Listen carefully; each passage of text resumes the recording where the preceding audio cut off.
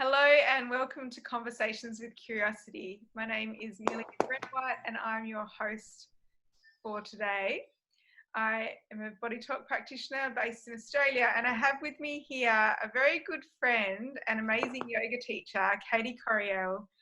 Katie is a yoga teacher and mentor. She's been practicing yoga for 15 years and she's been teaching for 12 years. And I've had the pleasure of being a student of Katie's and just absolutely love the way Katie teaches. Welcome to the show, Katie. Thank you for having me today, Amelia. Welcome. So Katie, tell me a little bit about where you're living at the moment and what you're up to. At the moment I'm in Brazil. I've been here for 5 months on this trip, and I've been focusing on getting classes available online. So I have an online yoga practice library, and this it enables people to practice whenever and wherever they want. And I think that's a very important thing in the modern day. We need to be able to make our practice fit in with our lifestyle. So we've been filming lots of classes and uploading them to the library on Vimeo. And I've enjoyed tuning in with some of your classes, and it's really great just to have the yoga on hand. I find it's wonderful just to get out of bed and do a little bit of yoga and then get on with the day rather than having to drive to class. But I do kind of miss going to class as well, and I really miss you actually. Oh, thanks. I miss you too, and I miss the studio, and I miss the students, and that atmosphere. You know, it is always very special when we are able to share time and practice in the studio. So while there is not that element, I've tried to make the videos exciting and film them in areas with nice, backgrounds. We filmed quite a few in Bali last year on our Bali Yoga Experience retreat. We filmed videos in the Maldives while we were working there a few months ago at Loei Surf Resort. And when we're filming here in Brazil as well, we try to find some really beautiful backgrounds just to, make it a bit exciting. But it's been a year since I closed the studio in Western Australia, and been thinking about that a lot this week. I do miss you and everyone else back there very much. So maybe we'll have to do some sort of retreat or something on that side of the world soon. Definitely. And one of the things I really loved about your classes, we used to do the OMS, the hands in the center, and listening to the OMS at the beginning and then the OMS at the end of class, and just noticing the resonance and the sound. Like the sound just changed so much from beginning to end. It's really amazing just to hear how everyone was harmonized after doing an hour and a half of yoga. That is an amazing thing, and it is something that, again, I really miss that as well. But you can really hear it in a group. It becomes very evident at the beginning of class. Oftentimes, we're feeling a bit scattered with our energy, or even if we're not aware of it, it's not balanced in its flow. So the sound of the Om, the sound quality can be quite broken or off tune. And then after we go through our practice, I specifically like to target practices that highlight this energetic body. And afterwards, it's really amazing. Everybody seems to be a lot smoother and more in tune. Which is funny. I've never been somebody that, considered myself able to sing or carry a tune or anything like that. And when we create the sound of Om, it's so much more. It's not about harmonizing like you would if you were singing a song. It's really about the vibrational resonance of the sound. Is it smooth? Is it flowing, or does it have obstruction? So that's what we hear in those beginning and opening Oms. Maybe we can do an Om at the end, won't we? Finish with a couple Yeah. of Ohms are great at any time, I think, for sure. Yeah. So, Katie, if you had some advice to give to someone that wanted to start with yoga but wasn't quite sure, what would you suggest? I would suggest any number of ways to start. Really just the bottom line is start.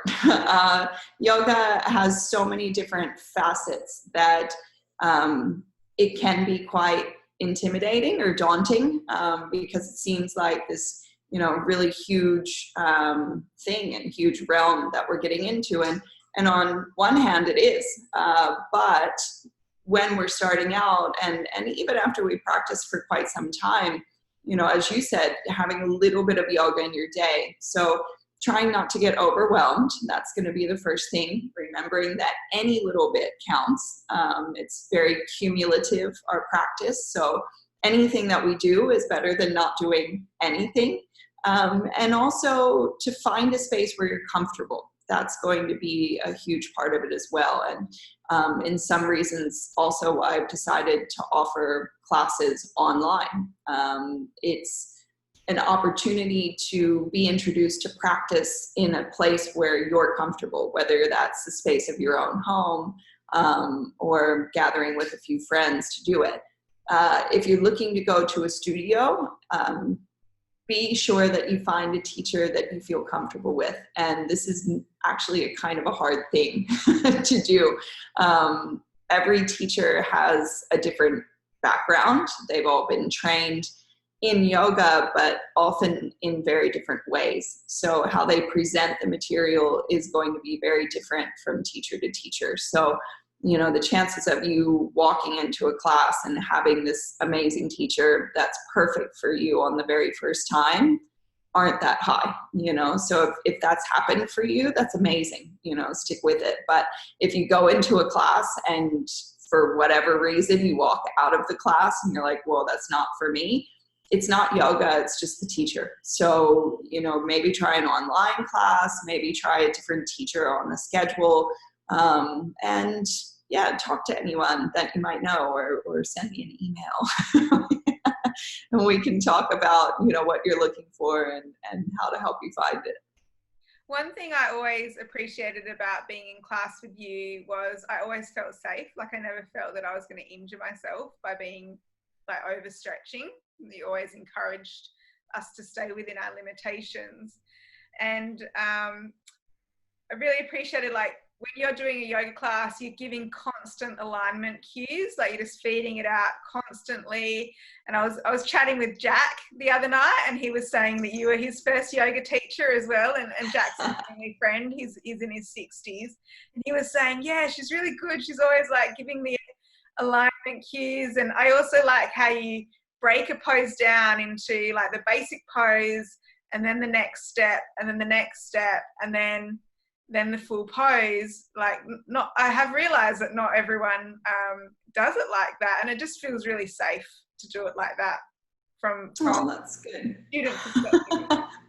Oh, that's amazing to hear. And yeah, it is something that's not overly common in the world of teaching, and that it causes me some distress, to be perfectly honest, about what's happening in this now business of creating new yoga teachers.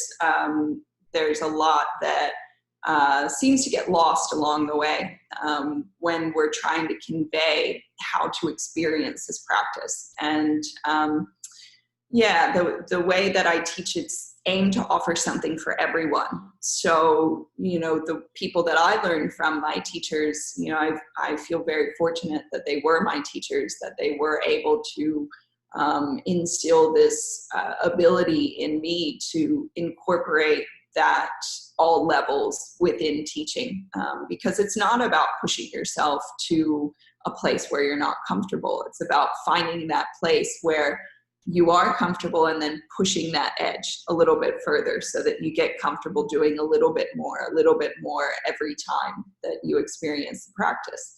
It's about developing awareness. So You know, a good teacher should be able to guide you into cultivating more awareness with each and every experience on the mat. And I know that you really, really know what you're talking about, because I remember when you did your knee, you had the knee injury, and then also you've been through a journey with Lyme's disease. So that's that full journey of being quite incapacitated or even disabled with the knee and building it back up. Do you feel like talking about any of that? Yeah, sure. You know, that's actually, and thank you for bringing it up, because that's a really good point. I think a lot of times people are waiting for some state of being to start yoga practice, and that state of being is probably never going to happen without yoga. So this, you know, bit of a you know, waiting period that people place upon themselves is just costing them the opportunity to gain benefits regardless of what's happening. And I guess it was about 4 years ago, I had a 3rd-degree tear in my MCL from a surfing accident. And that rendered me basically unable to walk for quite a while, and then not walk well for even longer after that.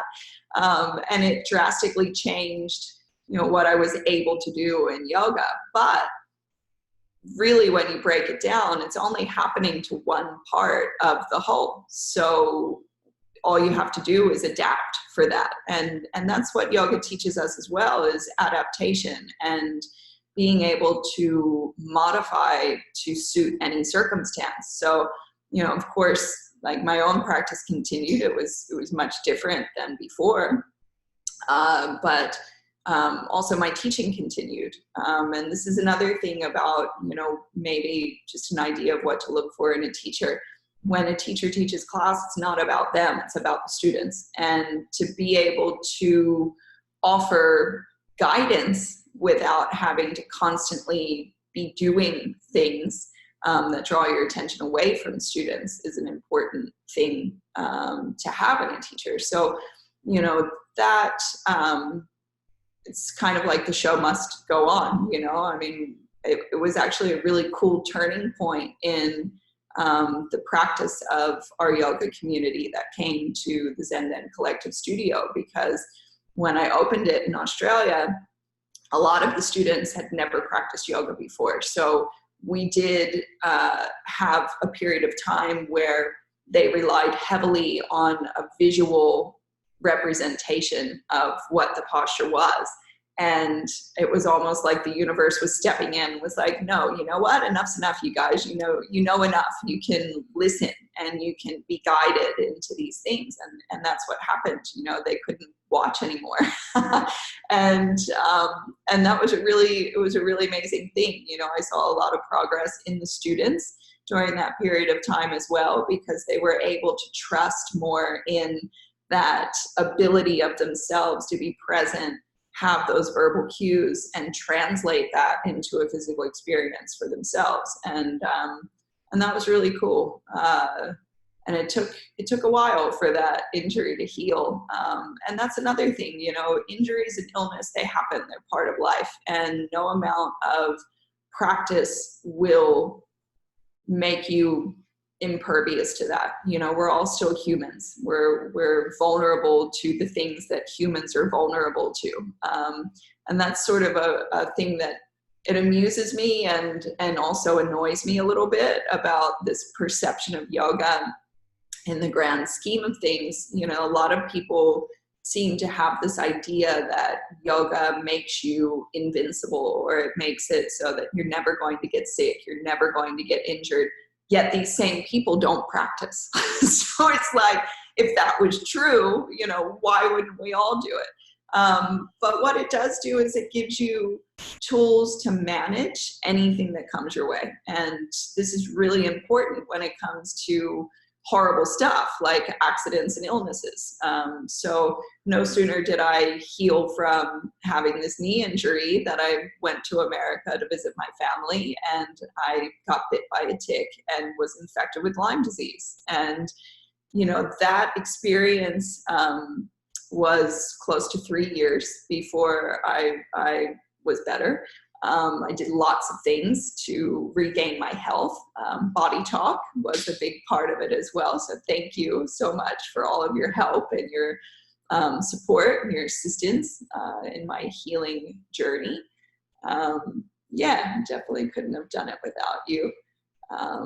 But, you know, the yoga practice, it prepares you. It prepares you to be able to deal with things that are uncomfortable. And that was a huge part of being able to have the discipline to do the extreme things that I had to do in order to get better, because extreme illness requires extreme effort to heal.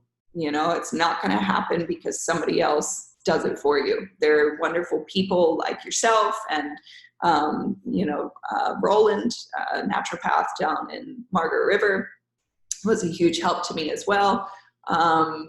You know, there are people that can facilitate additional parts of the healing, but at the end of the day, you know, you have to have the discipline to show up for that and to do the work that it takes. So, you know, this is where yoga is really important. I like to say that it's cross training for life.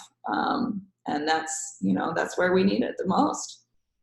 And also, like, from a body talk perspective, like, your ability through your yoga practice to open into discomfort would be a much added bonus from the body's healing perspective. So, you know, your body does its own healing work with body talk work, but being like kind of opening into that, I could imagine would help quite a lot from the body's point of view in terms of supercharging the body's ability to help and balance itself.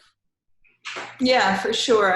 I think, you know, there's quite a few aspects of practice that translate to helping you through adverse situations. The acceptance of it, first of all, but also the detachment. You know, when we practice yoga and we have these things that make us uncomfortable, we learn that, you know, that is not us. And having been through this illness that a lot of people don't recover from, has really highlighted to me that when you experience something like that, you are not your symptoms. They are happening to you, but they are not you. And when we make that distinction, it allows the body, like you said, to step up and do the work that it needs to do to restore itself to balance. So yeah, really, it's all about the balance, isn't it? Yeah. And also, like, yeah, you're not your diagnosis as well. Like, often people get very attached to their diagnosis, and they might say, like, my Lyme disease, and then they become mentally attached to that, and that's very, very hard to shift when people are attached to their identity associated with the illness.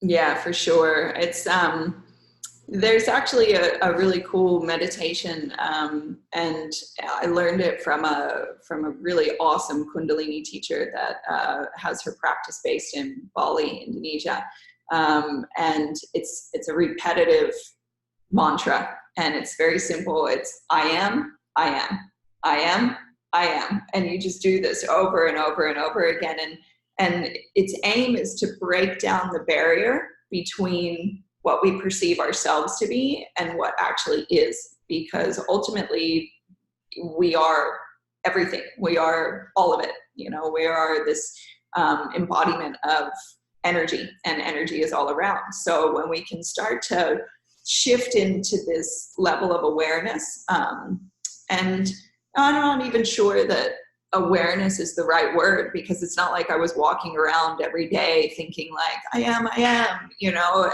and then got Lyme disease and was like, yeah, I got this, you know. It was like that incident brought up all of these qualities that I had developed over the years of practice that were sitting there waiting for the time to be useful. And that's where it was like, oh, you know, all of those things that, you know, my teachers talked about and that I've, you know, known could be benefits or side effects from yoga, like they actually happened and they're here and they're showing up for me. And, you know, how amazing is this? And not the least of which actually is breathing. The yogic breathing techniques, the pranayamas that we incorporate and practice, that's huge, you know, to be able to have an elevated level of oxygen in your system. It boosts every body system that you have. And especially when you're dealing with illness, you know, the immune system benefits greatly from having a higher content of oxygen in it, all the way to a cellular level. And that's one of the things I can hear my teacher saying again and again over the years was, you know, yoga works on a cellular level. Yoga works all the way down to a cellular level. And yeah, it's true, you know, so it's pretty cool stuff. If you haven't tried it yet, go. Try it now. We're going to do a breathing technique at the end of this. You can try it at the end of the podcast. Katie, what kind of words of wisdom would you give your 18-year-old self? Well, thanks to Lyme disease, I don't actually remember much about my 18-year-old self. That illness does number on your memory, let me tell you. But, you know, I really, I guess looking back, I wish I had started sooner. I wish I had found this path earlier. But in saying that, you know, we all come to the practice when we need it the most. You know, we all find this pathway to doing yoga when it's going to serve us the most. So, you know, I don't know if anything had been different if I would be sitting here right now and doing the work that I do. So, yeah, I don't know. I guess when it boils down to it, I'd probably be like, go surfing. Just stop what you're doing right now. Go surfing, 18-year-old self. Surf better waves. Yeah. I was speaking to someone the other day and they said that they had a belief that they can't live off yoga, like as a teacher. So, yeah, what do you think about that? And would you have any tips for any yoga instructors that are wanting to make a living off yoga rather than just doing it, you know, for fun, to be an instructor? Because there is a difference between someone that dedicates their life to it and that does it full time, or someone that's just doing it part time or doing it on the side. Yeah, for sure. There definitely is. And I think that's a very common mentality that seems to be happening in this business of creating yoga teachers. And that's also why I have started opening myself up to be a mentor to other teachers, because you can. Who says you can't?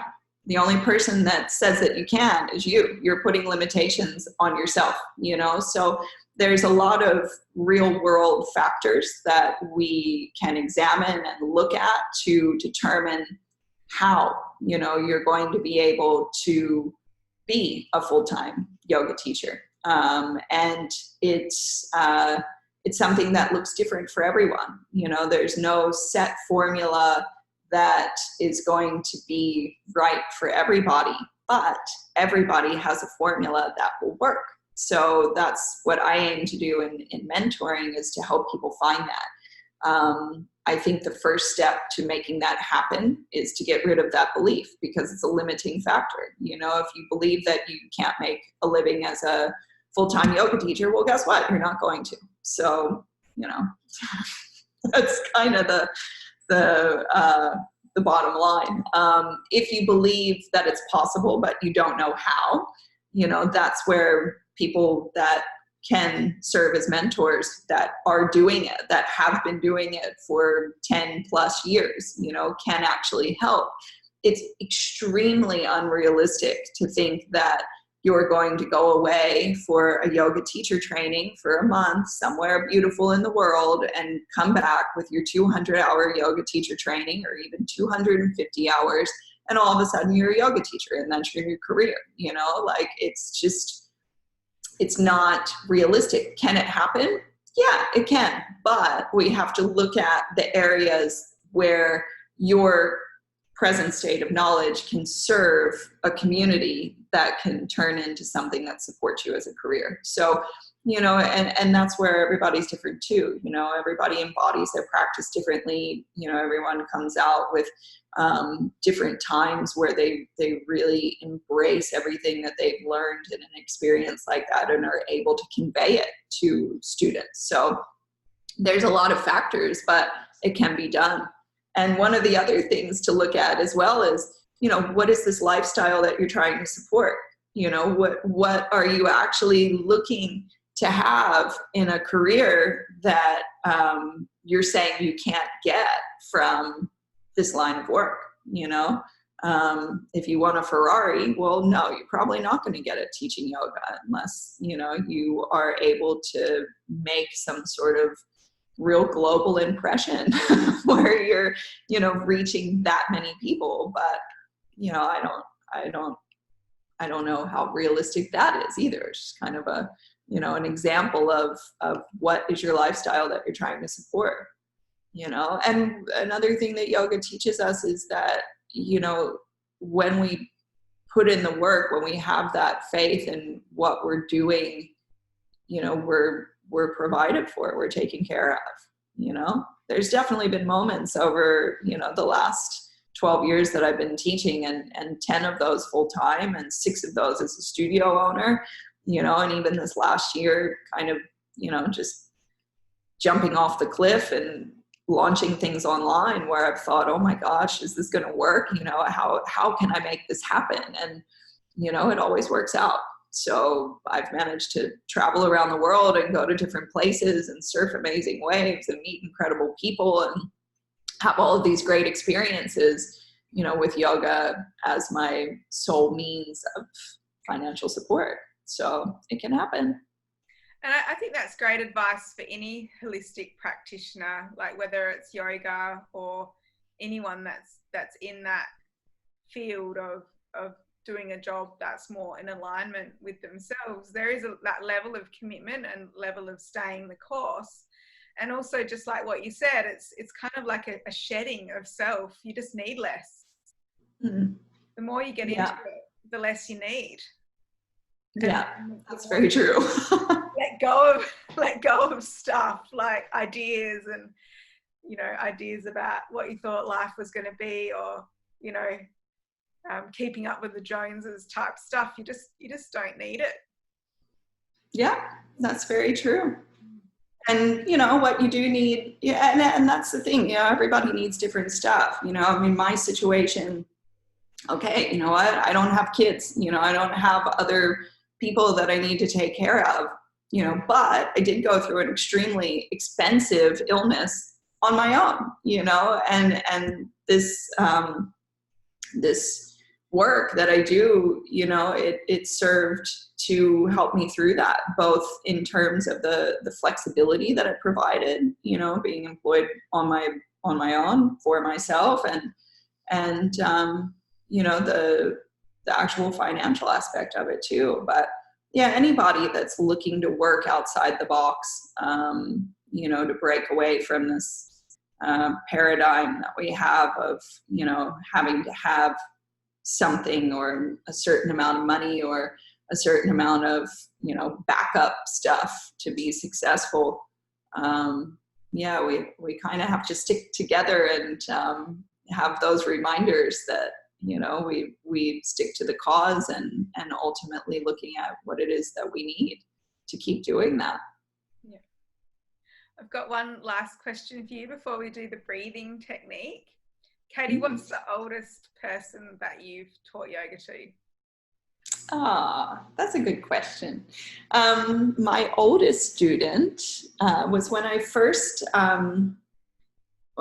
left America to live overseas. I moved to Bali, Indonesia, in 2008, and my next door neighbor was an expat man from America named Harvey. And Harvey at the time was 81 years old, and he had open heart surgery and a total knee replacement within 6 months of meeting me. He used to walk around the property with a lot of limitations. And when I moved in, he was like, oh, I've always wanted to try yoga. I was like, okay, well, let's do it. And Harvey got really into it. He wanted to do a little bit every day, and we did. There were even times where we would use a chair, or he would get in the pool, and hold on to the side. Just, again, modification to meet somebody where they're at. And over time, I guess he was my neighbor for probably about 6 months before I moved somewhere else. We still continued to practice, but a year of practice, he was walking around like a whole new person. He had a lot more balance and strength and stability in his daily movements. He was really bright and vital, and he still is. He is now over 90 years old. I think he's about 91 now, 92. And he's still living in Bali. And I meet up with him when I go there just to pop in and say hello. And he doesn't do yoga really anymore. He says sometimes he does the breathing techniques, but he'll joke with me. He's like, well, you were my teacher, you left. He's a sweet man. So it's never too late. And there's a woman actually who's 101 years old. She's the world's, the one that we are told is the world's oldest yoga teacher. Who knows, there might be some out there somewhere in the hills of the Himalayas that are beyond descriptive age, but she's pretty amazing. She's on Instagram. So anyone that says they're too old or too this or too that, she's my go-to. I'm like, oh, well, check this lady out. She's amazing. She does things that I can't do. She's 101. She's busting out full peacock pose and stuff. So, we've got a long way to go. Hopefully we're around that long to keep practicing. Never too old to start. No, never too old to start. Katie, would you like to lead us in a breathing technique? I would love to. Thank you. And thank you again for this wonderful opportunity. It's great to chat. You and I over the years have had some really cool conversations and lots of brainstorming and a few really cool little courses that we've done and stuff together. So despite the miles, it's really awesome to keep all that going. So thank you. So this breathing technique, it's called alternate nostril breathing, and in Sanskrit we call it analom vilom. Sometimes you also will hear it referred to as nadi shodhana, and our nadis are our nerve endings. So one of the primary goals of this breath is to balance the nervous system through the balancing of the inhale and the exhale. So when we do this breath, we want to try to sit tall with a straight spine, and this is ultimately to make room for the lungs inflating and deflating, as well as the movement of the diaphragm, which is happening lower in the abdominal region. So seated, any place that's comfortable, lengthen all the sides of the waist and lift up through the center of the heart.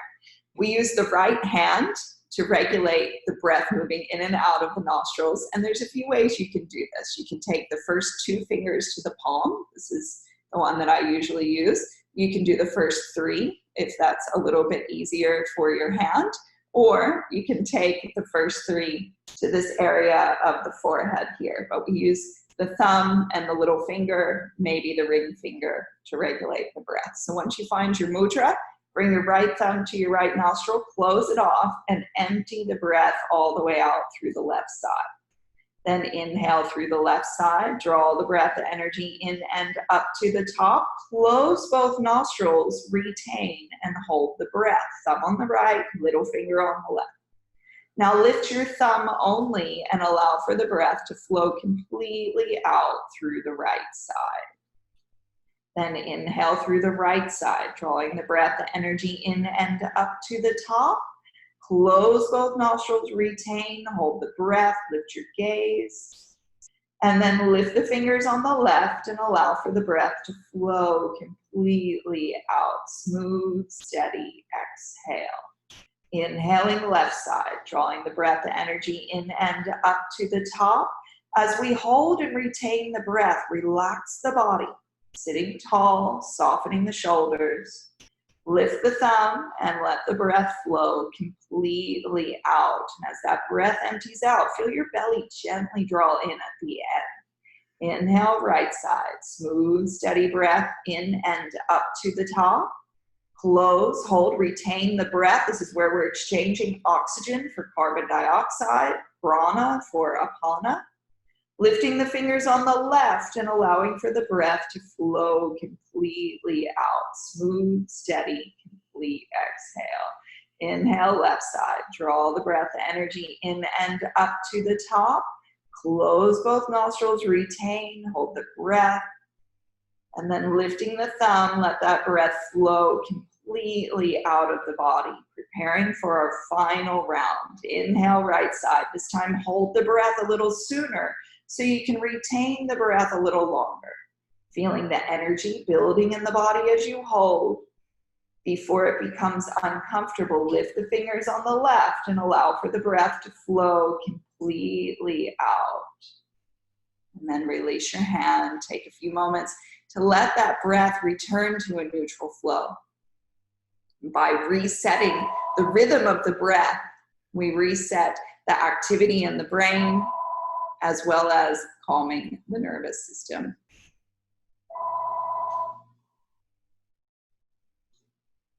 When you've allowed for that breath to reset, you can let your eyes float open and enjoy your day. Are we going to do an om? We can. I'm a little bit out of practice. But yeah, it's the om is a very important part of practice. And you know, the quality of the sound is often a reflection of what's happening on an interior level. And as we mentioned before, the vibration of the sound is what brings the most benefits. So even if it's out of tune, it's working somewhere to free any sort of stuck energy in your body. So make sure you let it go.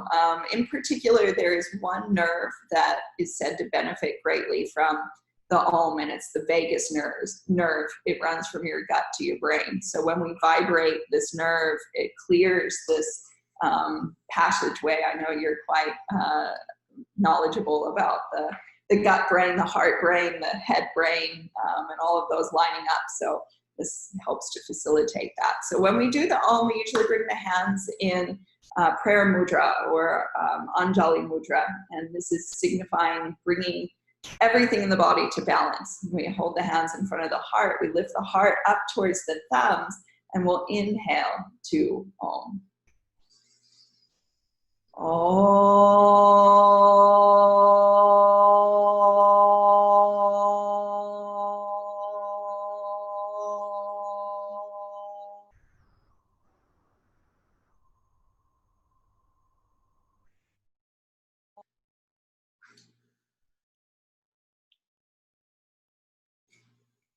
Thank you, Katie.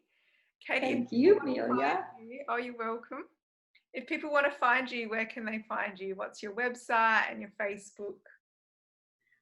So Facebook, there's a page, it's Yoga with KT Coryell, just the letter K, the letter T. My last name is Coryell. You can find me on Instagram at Mermaid Yogi, or also at Zenden Collective, which is also on Instagram. It's on Facebook. It was the name of our studio in Western Australia, and I've maintained that business to help launch these online classes. So we've got zendencollective.com. The classes are hosted on Vimeo on demand.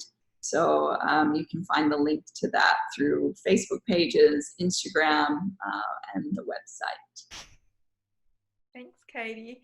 And I think even though we've had a couple of dogs barking on my end and your end and the phone ring, it kind of highlights to us, you know, the reason why you do yoga, because it's being able to maintain that inner peace and that inner focus, even though like we live in such a busy world and a world that has so much stimuli.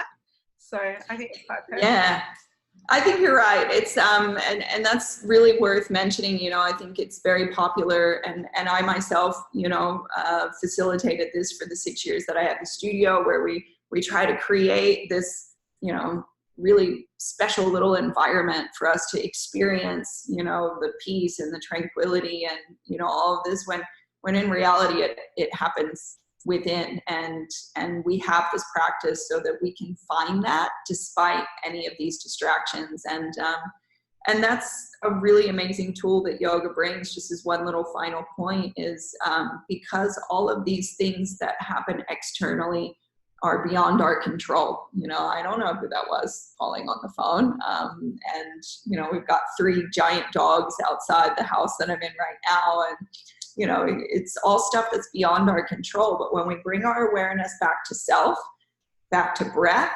back to intentional movement, it allows us to be in a space where we are in control. And that's very empowering. That's something that can help to lessen anxiety, depression, and really make you feel like you're in the control seat. And, you know, that translates to good things in all areas of life. Most certainly. Thank you very much for joining me, Katie. My pleasure. Thank you, Amelia. Have a nice night in Australia. Thank you. Bye. Bye.